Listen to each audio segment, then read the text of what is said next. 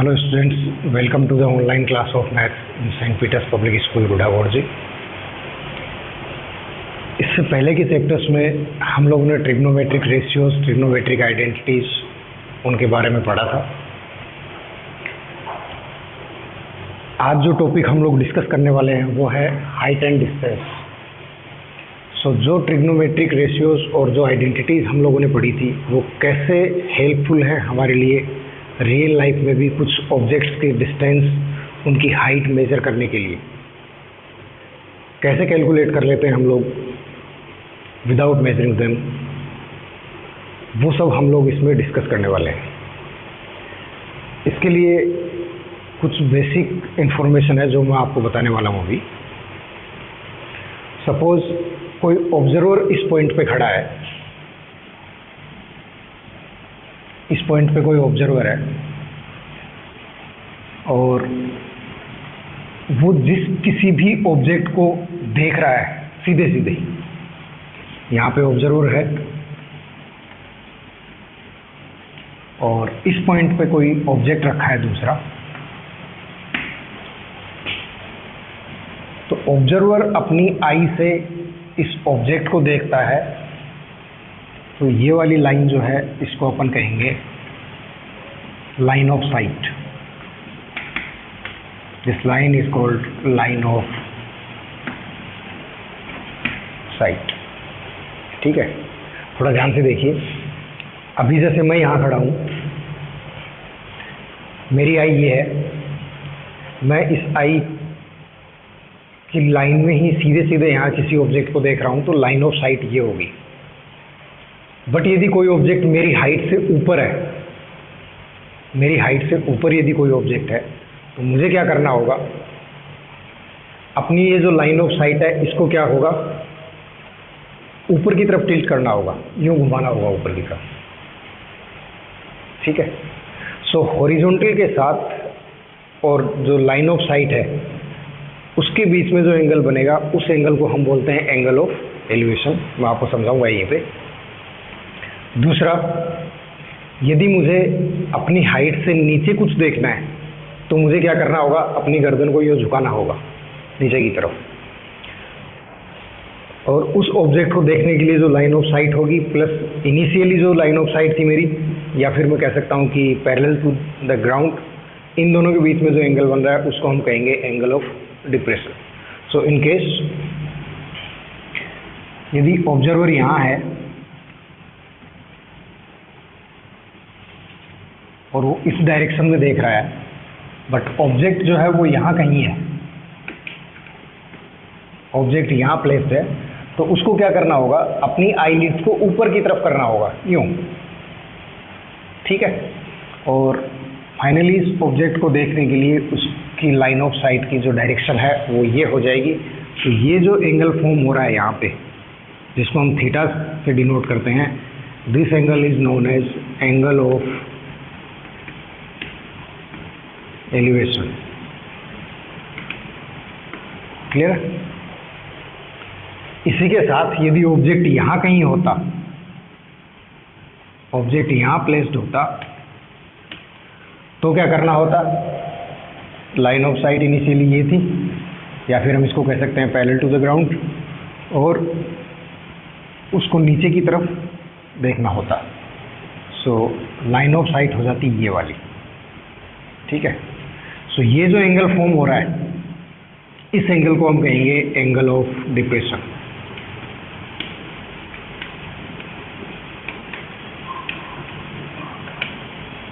This angle is known as angle of depression. So ये दो तीन बातें हैं जो आप लोगों को हाइट एंड डिस्टेंस वाले टॉपिक में, कहीं पे डिस्टेंस मेजर करना होगा, कहीं पे हाइट मेजर करनी होगी किसी ऑब्जेक्ट की ऑब्जर्वर से। तो ये दो तीन इन्फॉर्मेशन जो है ये आपके माइंड में क्लिक करनी चाहिए, और इनसे रिलेटेड जो ट्रिग्नोमेट्रिक रेशियोज होंगे वो हो सकते हैं sine theta, cos theta and tan theta. ये तीनों भी आपको यूज होने वाले हैं। हम फिर से एक बार रिकॉल करें तो आपको याद होना चाहिए साइन थीटा का रेसिप्रोकल होता था कोसेक थीटा, कोस थीटा का रेसिप्रोकल होता था सेक थीटा, टेन थीटा का रेसिप्रोकल होता था कोट थीटा। तो पूरे 6 नहीं यूज़ करके आप तो इन 3 में से भी कर सकते हैं, ठीक है। दूसरा, इसके लिए मैंने आपको ये भी बताया था कि साइन थीटा, कोस थीटा और टेन थीटा कोई भी राइट एंगल ट्रायंगल यदि है और उसमें ये वाला एंगल यदि हम यूज़ कर रहे हैं तो इस एंगल के रेफरेंस में ये वाली साइड जो होगी ये होगी परपेंडिकुलर, ये वाली साइड जो होगी ये होगी बेस, और 90 डिग्री के अपोजिट साइड जो होगी वो होगी हाइपोटेन्यूज। ये हम लोग पहले पढ़ चुके हैं। सो इन तीनों साइड्स में, किसी भी राइट एंगल की इन तीनों साइड्स में क्या रिलेशन होता है with respect to the angle theta, वो आपको ध्यान होना चाहिए। और उसके लिए मैंने आपको बताया था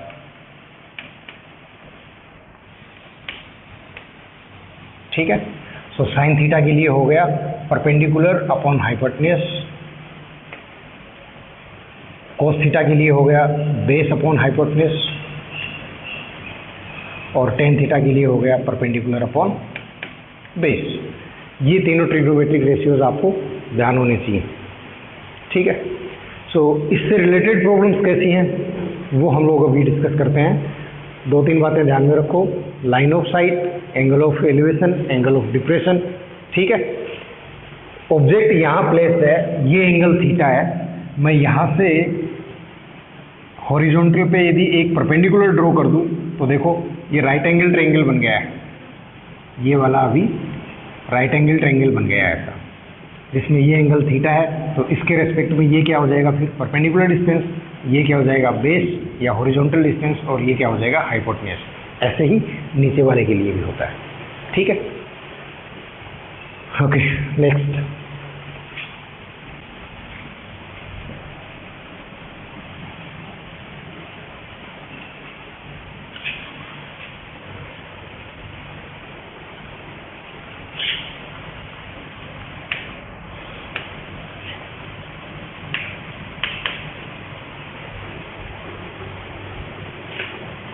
तो इससे रिलेटेड प्रॉब्लम्स हम देखते हैं, पहले किसी एक को सोल्व कर लेते हैं, उसके बाद में एक्सरसाइज पे स्विच करेंगे।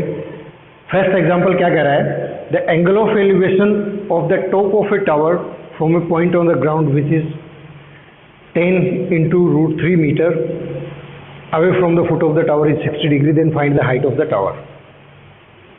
एक बात मैं फिर से आप लोगों को बता दूं, जब तक क्वेश्चन का मीनिंग प्रॉपरली आप नहीं समझ पाते हैं और एक रफ डायग्राम उसका ड्रॉ नहीं करते हैं, जब जैसे भी आप क्वेश्चन पढ़ते हैं, क्वेश्चन पढ़ने के साथ साथ एक रफ डायग्राम आपके माइंड में चलते रहना चाहिए। आपको समझ में आएगा कि क्वेश्चन में क्या आपसे पूछा गया है और कौन सी इंफॉर्मेशन आपको दे रखी है क्वेश्चन में, ठीक है। सो क्या कह रहा है, the angle of elevation of the top of a tower from a point on the ground is 10 into √3 meters away from the foot of the tower. So angle of elevation of the top of a tower. So सबसे पहले आपके पास एक tower होना चाहिए, वो tower मैंने ये AB ले लिया जिसकी टॉप ये है और B क्या हो गया, B पॉइंट पे उसका बेस हो गया। From a point on the ground is 10 into √3 meter away from the foot of the tower is 60 degree. उस टावर के फुट से या बेस से 10 into √3 metres away, 10 into √3 metres away कोई थर्ड पॉइंट C है, और इस पॉइंट C पे इस टावर की टॉप का एंगल ऑफ एलिवेशन जो दे रखा है वो आपको दे रखा है 60 डिग्री। तो आपसे पूछा क्या है, आपसे पूछा है find the height of tower.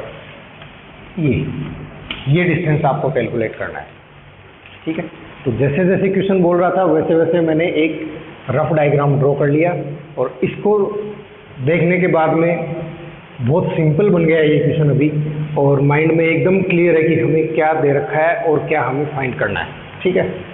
सो अपने को दे रखा है ए tower AB which is vertically placed at point B। Third point आपको C दे रखा है which is 10 into √3 meters away from the base of the tower. So वो ये हो गया, and the angle of elevation from the top of the tower at point C which is situated at the ground is 60 degree. ठीक है, सो इस angle के respect में ये तो क्या हुआ हमारे पास, सॉरी परपेंडिकुलर, ये एंगल 90 डिग्री हो गया, तो इसके रेस्पेक्ट में ये क्या हुआ हमारे पास हाइपोटेन्यूज, और ये जो 10 इंटू √3 मीटर जो डिस्टेंस दिया है ये क्या हो गया हमारे पास बेस। सो इस क्वेश्चन को देख के गाइज आपको ये आइडिया लगाना है अभी कि तीनों भी साइड्स में से एक साइड तो मुझे दे रखी है और ये वाली साइड पूछी है, यानी बेस मुझे क्वेश्चन में दे रखा है और परपेंडिकुलर मुझसे पूछा गया है। सो परपेंडिकुलर और बेस इन दोनों में कौन सा ट्रिग्नोमेट्रिक रेशियो होता है, परपेंडिकुलर एंड बेस कैसे रिलेटेड होते हैं, किस ट्रिग्नोमेट्रिक रेशियो से रिलेटेड होते हैं, ये आपको ध्यान होना चाहिए। सो मैंने आपको बताया था टेन थीटा के लिए क्या होता है परपेंडिकुलर अपॉन बेस, और थीटा कितना है आपके पास 60 डिग्री। ठीक है, तो आप क्या करेंगे by the diagram,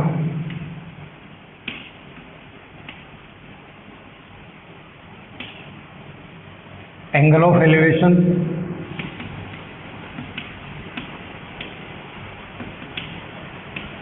theta is equal to 60 degree, base equals to 10 into √3 meter and the perpendicular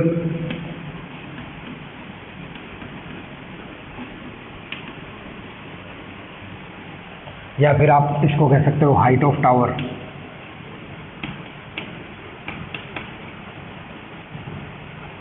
ये आपको क्या करना है फाइंड करना है। ठीक है, so from right angle triangle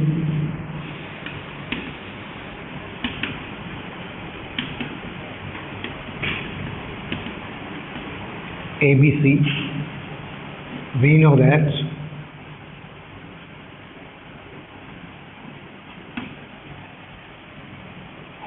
tan 60 degree will be equals to what, perpendicular upon base, and perpendicular is unknown, so its P, base is 10 into √3।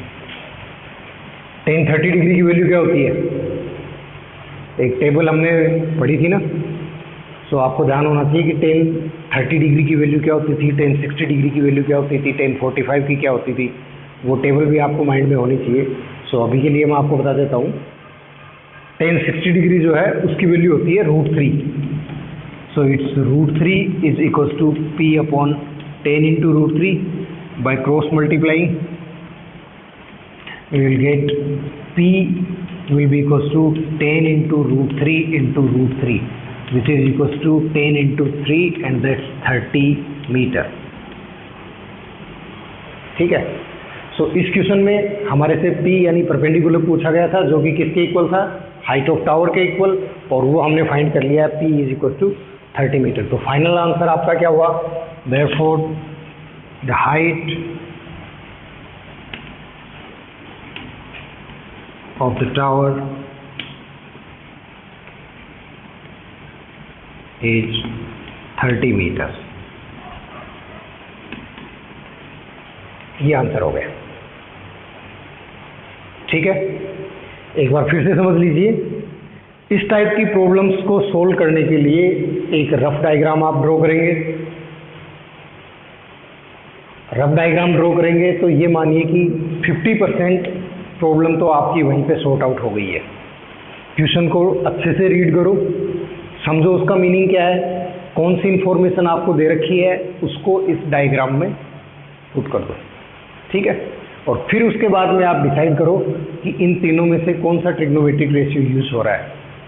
उसके लिए आपको ध्यान होना चाहिए कि बेस क्या है, परपेंडिकुलर क्या है, हाइट क्या है, और साथ ही साथ वो टेबल आपको ध्यान होनी चाहिए जिसमें ट्रिग्नोमेट्रिक एंगल्स की वैल्यूज दे रखी हैं, वो ध्यान होनी चाहिए। उसके बाद में कुछ नहीं बचता है, कैलकुलेशन करो। कैलकुलेशन यदि आपकी सही है तो आंसर सही आना है, otherwise it will be wrong. Clear है? चलिए एक्सरसाइज पे चलते हैं। जो एग्जाम्पल्स आप लोगों को दे रखे हैं इनको आप करने की कोशिश करो, कोई नहीं आता है तो आप मेरे से फिर पूछ सकते हैं। For example next exercise 8।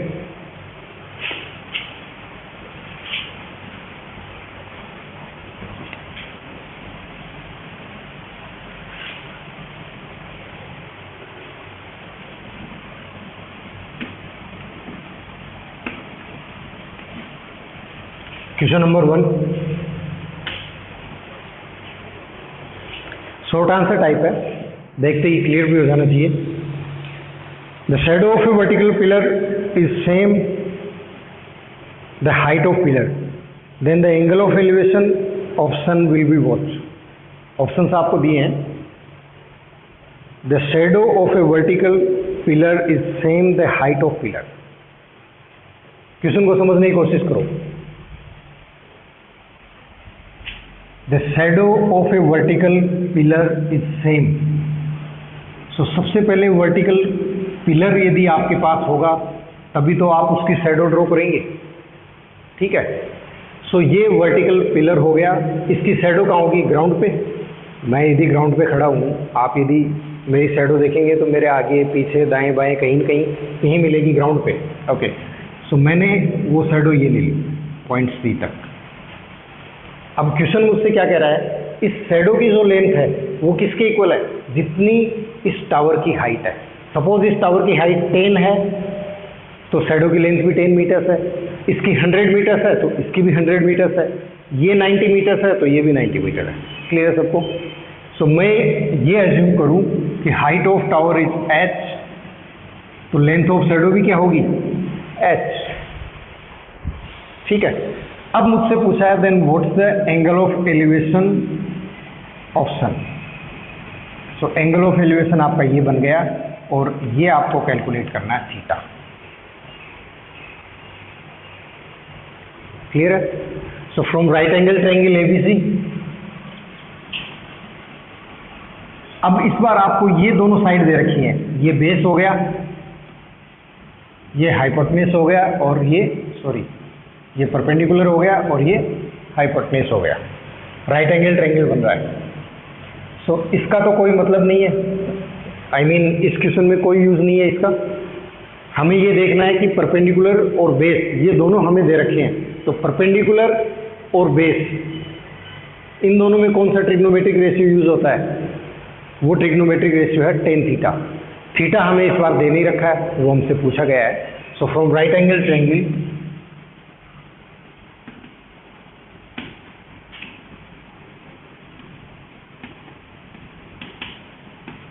ABC, tan theta will be equals to perpendicular, that's AB, upon base it's BC. Tan theta will be equals to AB upon BC, and from the diagram we know that AB is equals to H and BC is also equals to H. So it will be tan theta is equals to H meters upon H meter. ये दोनों eliminate हो गए, 1 आ गया। tan theta is equals to 1, ठीक है। अब फिर से बात वहीं आती है ट्रिग्नोमेट्रिक रेशियोज वाली जो टेबल थी उस पे एंगल्स की वैल्यू क्या है। सो आपको ध्यान होना चाहिए कि tan की टेबल में 1 कब आता है? tan 30 डिग्री पे आता है कि tan 0 डिग्री पे आता है कि tan 45 पे आता है, tan 60 पे या tan 90 पे, किस पे आता है? तो मैं आप लोगों को याद दिलवा दूं, tan 45 डिग्री पे वैल्यू 1 होती है। सो हम इसको ये लिख सकते हैं tan theta will be equals to tan 45 degree. tan theta is equals to tan 45 degree. अब दोनों साइड्स को कंपेयर करो, दोनों की तरफ ट्रिग्नोमेट्रिक रेशियो जो यूज हो रहा है वो 10 है। सो थीटा किसके इक्वल हुआ है यहाँ पे? 45 डिग्री के। So here theta will be equals to 45 degree. So final answer आपसे यही पूछा था कि angle of elevation of sun क्या होगा, वो हमने फाइंड कर लिया, जिसको हमने थीटा एज्यूम किया था इनिशियली, और थीटा की वैल्यू आ गई हमारे पास 45 डिग्री। सो आप लिख सकते हैं finally the angle of elevation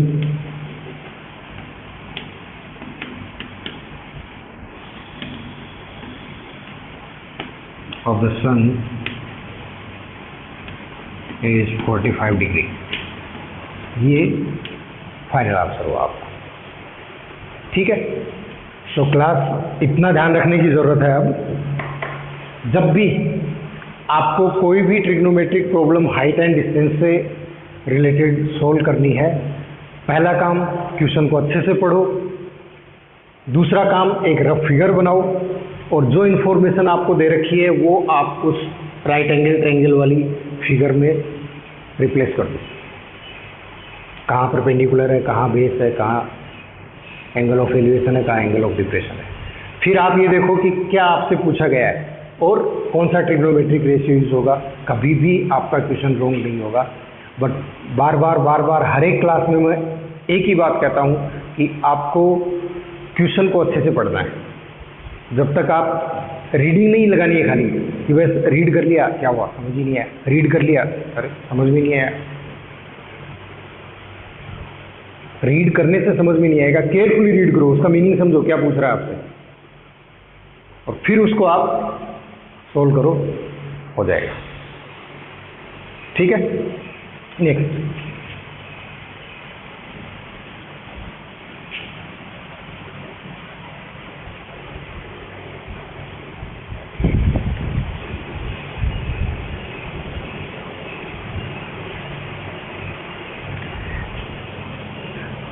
इसी एक्सरसाइज का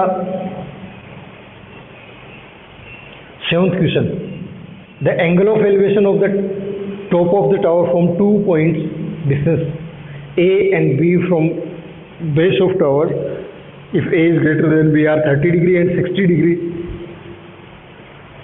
then height of tower is, बात समझ आ रही है?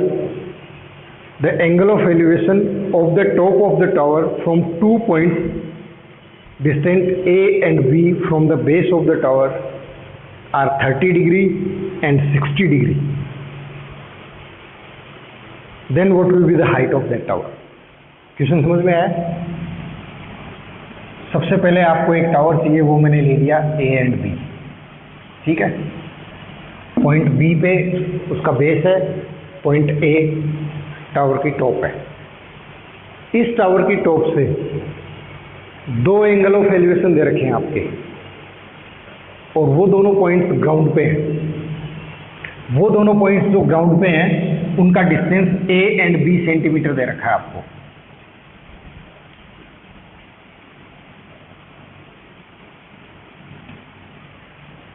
वो दो point suppose C and D हैं, एक साइड भी हो सकते हैं, ऐसा कुछ नहीं है कि दोनों साइड अलग अलग होंगे। उनका क्या कहा है अपने को, हमें ये कहा है कि टावर के बेस से एक पॉइंट जो है उसका डिस्टेंस A मीटर्स है, और दूसरे वाले पॉइंट का डिस्टेंस बेस से B मीटर्स है। A is greater than B दे रखा है। जो पॉइंट A मीटर डिस्टेंस पे है उसका एंगल ऑफ एलिवेशन आपको दे रखा है 30 डिग्री, ठीक है। और जो पॉइंट B मीटर डिस्टेंस पे है उसका एंगल ऑफ एलिवेशन आपको दे रखा है 60 डिग्री। हमारे से पूछ रहा है find the height of tower. Height of tower मुझे दे नहीं रखी है, मैं उसको H एज्यूम कर लेता हूँ।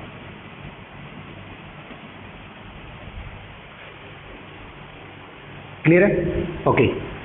सो अब दो राइट एंगल ट्रायंगल बन रहे हैं मेरे पास, कौन कौन से? A B C and the second one is A B D, ठीक है। So from right angle triangle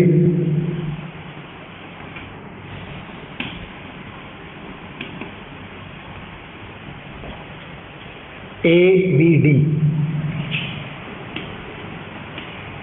अब देखो बेस अपने को दे रखा है, इस वाले ट्रायंगल में बेस अपने को दे रखा है और हाइट ऑफ टावर हमारे से पूछी है, यानी परपेंडिकुलर पूछा गया है। सो परपेंडिकुलर और बेस इन दोनों में कौन सा ट्रिग्नोमेट्रिक रेशियो यूज होता है? tan angle theta 30 degree. So tan 30 degree will be equal to perpendicular upon base, and perpendicular is H, base is A।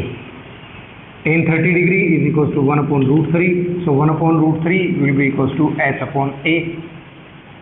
या फिर हम ले सकते हैं by cross multiplying. तो √3 into h is equals to a और h will be equals to a upon √3. ठीक है। जब इस वाले ट्रायंगल की बात करें, ट्रायंगल ABC, तो क्या होगा? फ्रॉम राइट ट्रायंगल ABC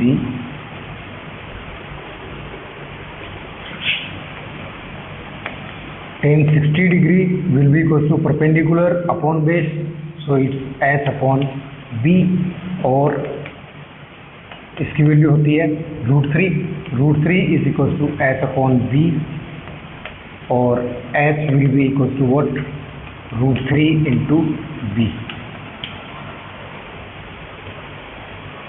ठीक है, ये भी h की वैल्यू आ गई है √3 into b, यहाँ भी h की वैल्यू आई है a upon √3, तो हम कौन सी वैल्यू माने?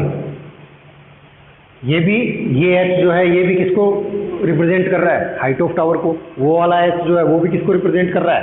हाइट ऑफ टावर को। ठीक है, बट ये जो है ये b के टर्म्स में कर रहा है और ये वाला a के टर्म्स में रिप्रेजेंट कर रहा है। सो हमें तो h की एक वैल्यू चाहिए, जो ऑप्शन आपको दे रखे हैं वो a और b में दे रखे हैं। सो बाय मल्टीप्लाइंग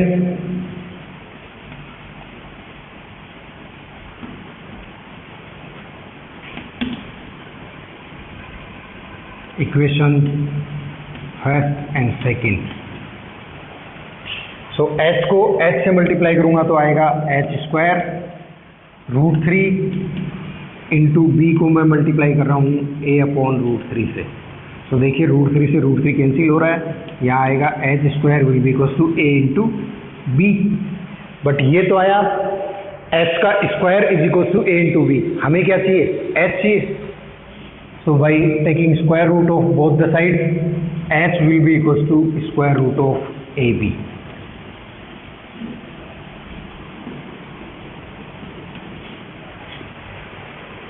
यही हमारे से पूछा था, h किसको रिप्रेजेंट करता है? मैंने क्या एज्यूम किया था? हाइट ऑफ टावर, और वो मेरे पास कितना आ गया है? √ab. So the height of tower is